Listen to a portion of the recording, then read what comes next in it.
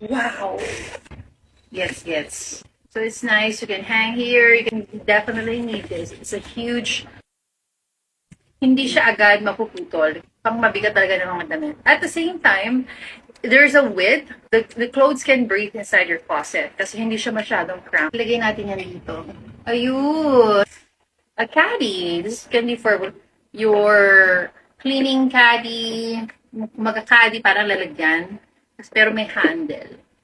So this can be good for like your sprays. This can be good for, or like toiletries. Great for organization. To keep things organized then. So you can put it here. This is what's really making things organized. Nakahook siyang ganyan. A stepping stool that you can actually move around. So this is great for the bathroom. Pero the kitchen, parang magaang siya. Tapos, pero sturdy. And it has a handle. So you can go